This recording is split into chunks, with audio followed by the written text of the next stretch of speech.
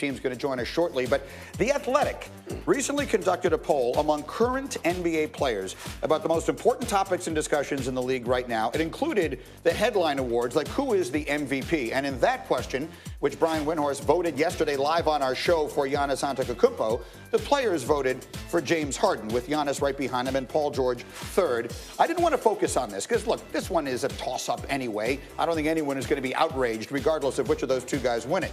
There were some secondary questions that I thought were much more interesting. When the players were asked who is the most overrated player in the NBA, there was a tie between Draymond Green and Russell Westbrook.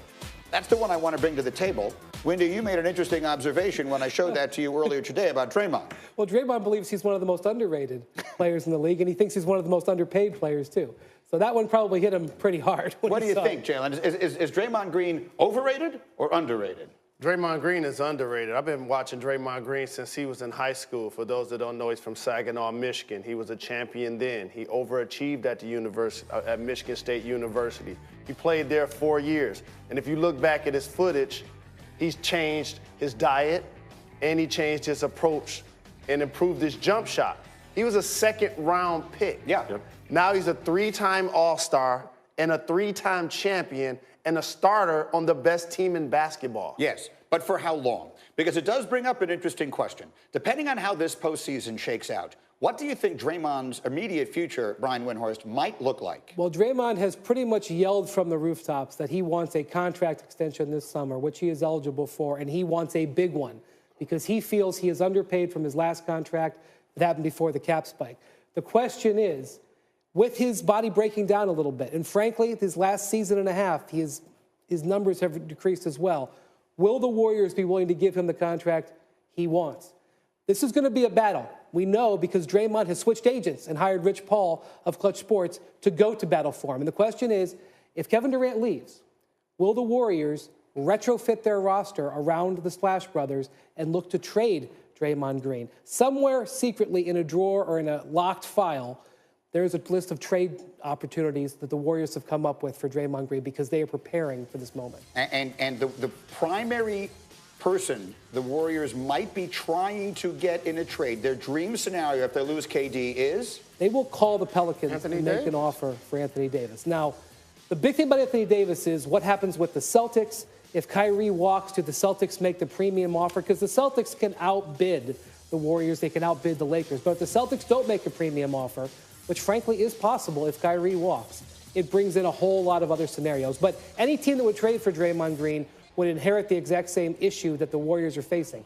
He wants to be paid a huge extension this summer. Okay, but how much of his numbers do we credit to the fact that KD is there and that there's just not enough basketball to go around to maintain the numbers that he at one point in time had with his roster? It's a legitimate question. The other question is, he is in such a perfect spot. Look, I respect Draymond like crazy. I agree with you. I watch the Big Ten every single night. He has made himself into a really good NBA player. But he's also in the perfect circumstance for what he does. What do you think of that? Next year, the Warriors could be no KD, no Draymond, no Boogie, and add Anthony Davis. Does that feel like a possibility to you? It doesn't. The Anthony Davis part doesn't seem like a possibility for me. I agree that in their starting five, I believe only the Splash Brothers will be returning next year. But when I look at that overrated list, a couple of things kind of stood out to me. One, Draymond and Russell are both abrasive, aggressive players. And so that's going to always rub guys the wrong way in a league where everybody seems to be friendly toward one another. So this is personal, you think? These are guys taking little personal digs. And if you looked at 3, 4, 5 in no particular order, those guys were on the same team starting this year. Jimmy Butler, Wiggins, and Towns. They were all on the same team. They probably all voted for each other. How about that? How about that? But how is Russell Westbrook legitimately on that list? I think he's the most underappreciated player. What he's been able to do, 3 consecutive seasons of averaging a triple-double. We've never seen this before, really. And yet we sit there and nobody talks about him at all, and we say he's stat hunting or he's this. Look, Paul George and the benefit of what Paul George has done this year, some of that is to Russell Westbrook. Sean, you know this, playing at UCLA men's gym for years. I played out there for 15 years. You was there. Russell was there. I remember when they made it to the NBA Finals. I walked down to the court and gave Russell a hug and apologized for the way that the media was assassinating this man's character and talking about his game. Since then, he's become an MVP. He's overcome KD leaving. Paul George has stayed. Billy Donovan is still the coach. He's averaged triple-doubles for 3 straight years. He's become one of the best players in the game. I have to break because Tony Bennett is coming out. We'll take a very short timeout, but after engineering the greatest bounce back in things that we want to bring you this morning, let us talk about that man. Because LeBron James' Lakers season comes to an end tonight. Now, LeBron's season, as we know, came to an end some time ago, but the Lakers season will come to an end tonight. And our Brian Windhorst, who's with us this morning, has a new book. It is available as of today. It is called LeBron Inc. So go out and pick it up right now. Congratulations, Wendy. And there's been so much talk, Wendy, about this. So the Lakers season comes to an end tonight, and thus LeBron's first season officially comes to an end tonight. How do you put it in perspective, from a book perspective, however we look at it, what this year was for LeBron James? Well, when LeBron came to LA, it wasn't wholeheartedly a basketball decision. He also knew that they were going to have to build this team, and he thought that the building of the team was going to start last summer. But it was a false start. And here we are a season later, and they're really not any closer. And frankly, they don't have a clear path to making this team a lot better. The free agents that they're going to go after, they are at best the second choice for all the top-tier free agents.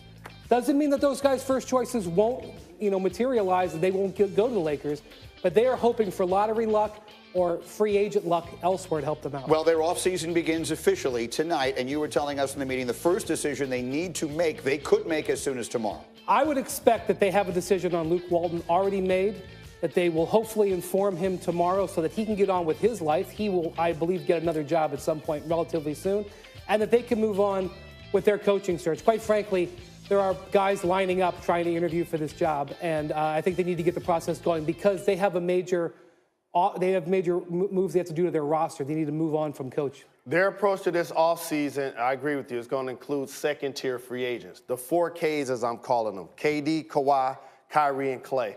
I think none of those guys end up with the Los Angeles Lakers. It's going to be interesting to see what happens with Boogie Cousins. He's going to be a wild card. He can't necessarily get a big deal with the Golden State Warriors. Jimmy Butler, I think he's going to find a way out of Philadelphia and probably is going to end up in a large market, either New York or Los Angeles. So those are the 2 guys I'm kind of looking for to see if they can join LeBron in L.A. And I think coaching obviously is one of the most important cogs, and I agree with you, trying to set the table early. The names you hear in Los Angeles obviously is Jay Kidd, you hear Ty Lue, maybe even Mark Jackson. Out of those coaches, which ones would be most appealing to some of those free agents that Jalen's talking about? I think you have to get an experienced coach here. Even though I think there's a guy like Darvin Ham or a guy like Juwan Howard who could do a good job as an NBA head coach, with a 34-year-old LeBron James turning 35, managing the expectations, I think they need an experienced coach, which is why I think Ty Lue's name, championship coach, experience with LeBron, rises to the front of their list. I think Ty Lue ends up with the job ultimately. Yeah. We'll see. One other thing I wanted you to mention to the audience, because you said this to me earlier today, and it had never really crystallized my mind this way. A lot of people are criticizing LeBron and saying that the decision to go to L.A. was not a basketball one. You made the point, the decision to go back to Cleveland the second time, maybe also not purely basketball. Although he was going to a really good team. Right. A better team. And the one thing he did in Cleveland that he couldn't do in L.A., he convinced somebody to come with him. He picked up the phone and got Kevin Love to get forced to trade to Cleveland. But yes, there's no doubt this media business in his future played a role in his decision to go to Los Angeles. But that shouldn't necessarily be a sin against him. When he came to Cleveland, it was a family decision in a lot of ways. Yeah, it was a family and a redemption decision. Absolutely. We're talking a lot about redemption this morning. That's what that was for LeBron. The real question is, are they coming back with basically the same cast of characters and a new coach next year? Because if the answer to that is yes, this thing could take a really ugly turn. Much more on this as we go, but there's huge football news. NBA, Rockets, Thunder, Nuggets, Jazz, flowchart time. If the Rockets win and the Nuggets lose one of their final 2 games, the Rockets are the 2 seed and the Nuggets fall to 3. That means the Rockets could play the 7 seed, which could be either the Spurs or the Clippers or the Thunder, who play the aforementioned Rockets tonight. And if they, as in the Thunder, fall to the 8 seed, then we could see the Warriors Thunder in the first round of the playoffs. See, I told you, flowchart, like one of those crazy walls with all the red string and the pictures straight from like Homeland or your wacky commercials on TV.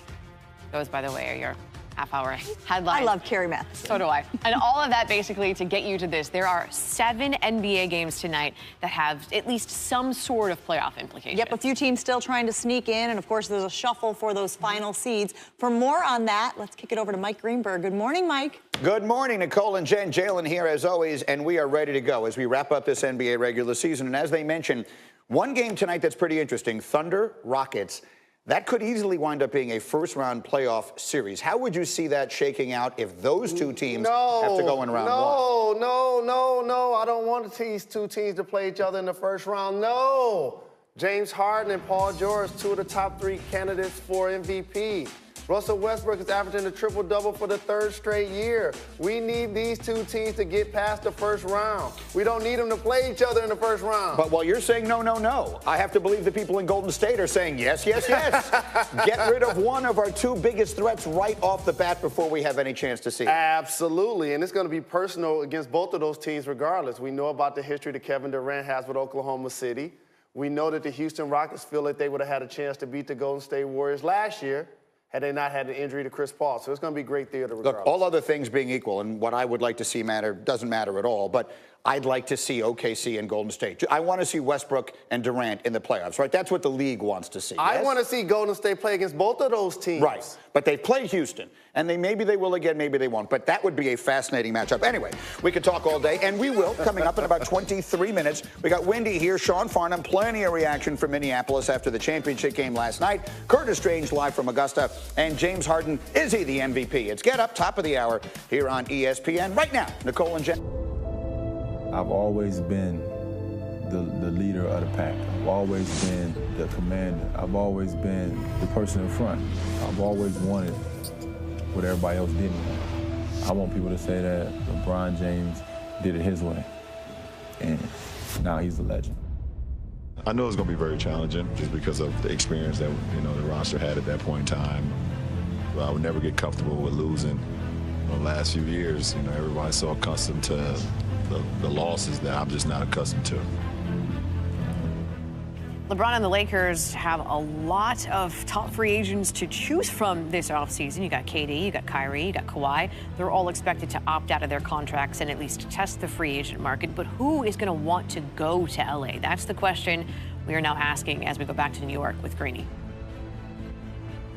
All right, Nicole, thank you. Brian Windhorst with us all morning long for Get Up. His book is out today. It's called LeBron Inc., and so let us talk about the Lakers here. As we look at their critical offseason, do you think they have a real chance of landing one of these free agents that could put LeBron over the top? None of the top free agents have the Lakers at the top of the list, and that's just a sad reality that they've got to deal with. I do think there's a chance for a guy like Jimmy Butler. I question whether the 76ers are going to offer him a max contract. If they don't, I think he looks to L.A. and looks to the Lakers and Clippers as his option. Also, Kemba Walker, again, it's a big number for the Hornets to offer him. But at the end of the day, they're a second choice for both players. And so that leaves us with Anthony Davis, whom we know they wanted and obviously still want. Can they find a way to get him? If you're a Lakers fan and you want Anthony Davis, and this goes for the Lakers too, they need to do whatever you can to move up in the lottery, because the Lakers' offer for Anthony Davis, fair or not, has worsened since they made the offer in February. It's very unfortunate, but Brandon Ingram's blood clot has cast a doubt on his future, fair or not, and his trade value, fair or not, has reduced. They cannot even make the same offer now that they could earlier in the season, which the Pelicans already rejected. They've got to move up in the lottery. We don't have to get number 1 or 2, even if they got up to 3 or 4, which they now pick the top 4 slots. Something to improve what they have to offer. Something like a Ja Morant might all of a sudden make their offer look a little bit better. We got Jalen, we got Windy, we got Sean Farnham, we got complete coverage of the title game and a whole lot more coming your way in just a few minutes. Get Up live here on ESPN. But right now, let's get back up to Bristol. Yeah. No NBA games tonight, but with the playoffs less than a week away and the Celtics are beat up, a source telling Adrian Wojnarowski it's a strained left oblique for Celtics guard Marcus Smart. The head coach, Brad Stevens, said after the game that it was a bruise. Smart suffered the injury in last night's loss of the match. It doesn't get any better here. Jason Tatum aggravated a pre-existing shin injury. He was fine during morning shoot-around and then pregame warm-ups, but left after just 6 minutes of action yesterday. The Celtics know they'll face the Pacers in the first round of the playoffs. And heading into the final 2 days of the regular season, the top 5 seeds in the East are set in stone. Milwaukee, Toronto, and Philly in the top 3 spots. Boston locking up that home court advantage against the Pacers. Meanwhile, Tony and Mike answering the biggest question in the East before the playoffs. All right, Wilbon, which team is the favorite to come out of the East and make the NBA Finals 5 or 6 months from now? Tony, before I get to that answer, let me just say I'm glad the East is good again, that there are enough teams to have good playoffs, multiple series and multiple rounds. I mean, I'm looking at the top 4, and by the way, it's like, I need to give a little Why do you motivation. think the East is good again? I'm going to tell you why. Indiana is maintained a certain standing, even though its best player, Victor Oladipo, missed most of the season. But Milwaukee, Toronto, Philly, and Boston are really good. Yeah. They might not be as good as Golden State, but to me, they're as good as anybody else, probably including Houston. Do you know why the the West. East is good again? Because LeBron James isn't in it anymore. No. He dominated the East for so long. But that doesn't make sense. If He LeBron James is out of the the other East, people. He's not suffocating these people, No, and he wouldn't be no, 'cause suffocating he's out. No, he wouldn't do it if he was there. 8 straight finals. I don't care. That's over. Milwaukee, we're going to yes, get to that's Milwaukee, over. Of course Boston. that's over. We're going to get to Toronto, Philly, and I think we're going to have Milwaukee, Philly, because I'm going to take, I guess, Philly in that second round series. So I'm wanting to take Philly. I think I like change what the your mind Sixers are doing. 100 times. I might. What about you then? You going to change yours? I don't like Philly this year. You don't? No, because I've seen them in big games against Milwaukee, something Toronto. like that. I liked Boston last year. Me too. I want to like Boston this year, but I don't. You're setting up stand with Milwaukee. No, I Top like seed. Toronto. I like So Toronto. both of us are bailing on Antetokounmpo. But it's gonna take Good. 16 Really, weeks. what else you got to 18 do? weeks. You got nothing to do. Well, I'd like to But come learn in how to hit a and do. 6-iron. You haven't done it in all these years. I know. I'd like to learn. That's it. You're not learning now. Watch basketball. We're done. Back to you.